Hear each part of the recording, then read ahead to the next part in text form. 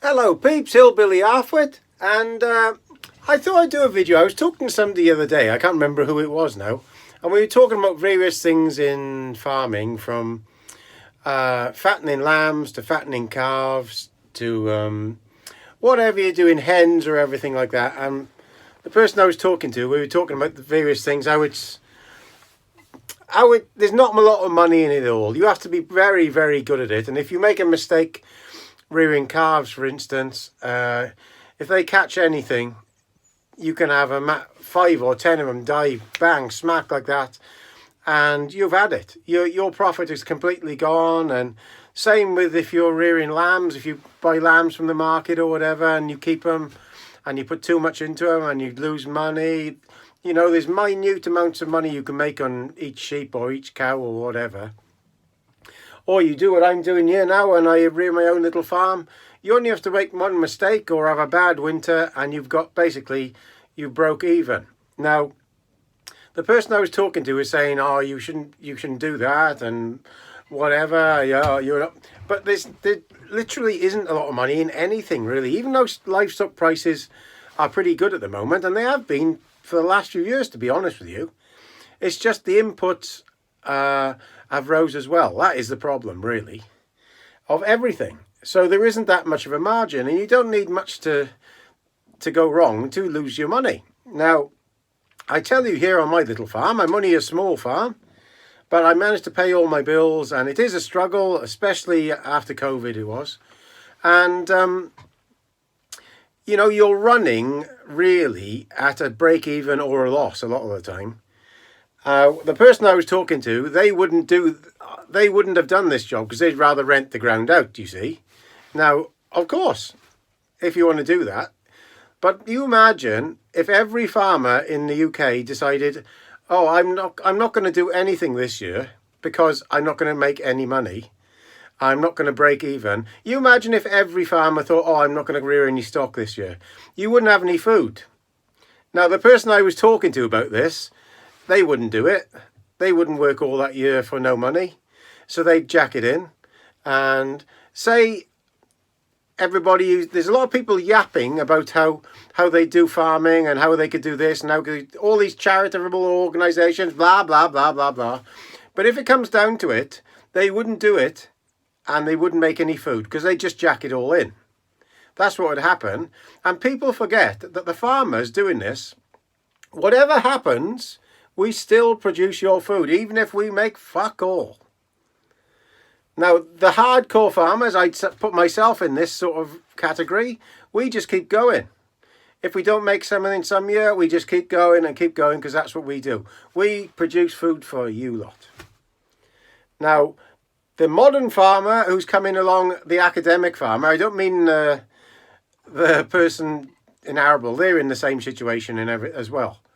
But what I mean is the modern academic or environmental farmer, they only want to farm for the money. They don't want to produce food. There is the difference. So when their subsidies go, when their environmental subsidies that are keeping them go, they'll just jack straight away. And they're not there to produce food. They don't want to produce food. They just want to milk the system, pulling on the tit. Now, you want to be very, very careful, because there's a huge amount. I'm sure there's about 2 million acres has come out of production in the last few years. Was it 12? Now, this is, can't quote me on this, but it's just off the top of my head.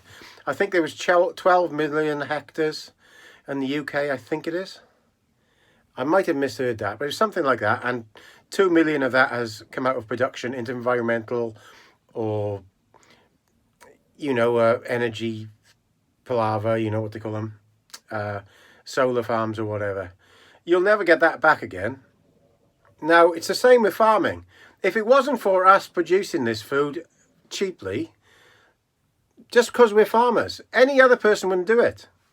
I'll tell you now, you would not put 12 months of your year into something you don't know what you're going to get back. And the only one that's gaining is the people eating our food, and we're keeping the country going. But you wouldn't think that to listen to politicians.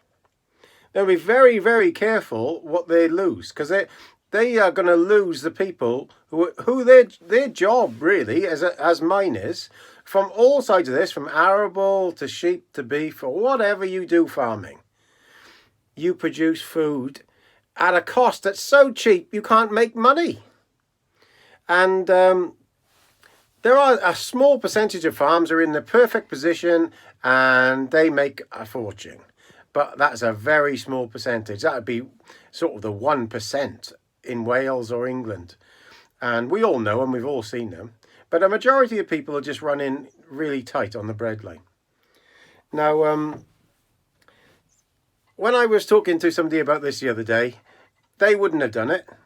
And then I was thinking about this yesterday and I thought, well, only for us doing that. So say a farmer wanted to start up some calf rearing enterprise or whatever, and there's not a lot of money in it. The farmer would try to do it to see if he could do it. And he would either succeed or he wouldn't, and then he'd try something different next year. So he might not make money that year, but he's produced food for somebody, a couple of hundred or a couple of thousand people that year, even though he's only just broke even. So there is what he has done, he's produced food. And for nothing for some people. People need to realise what they're doing. Now, there's another thing as well. You hear a lot of talk about farming, environmental farming, wind farm.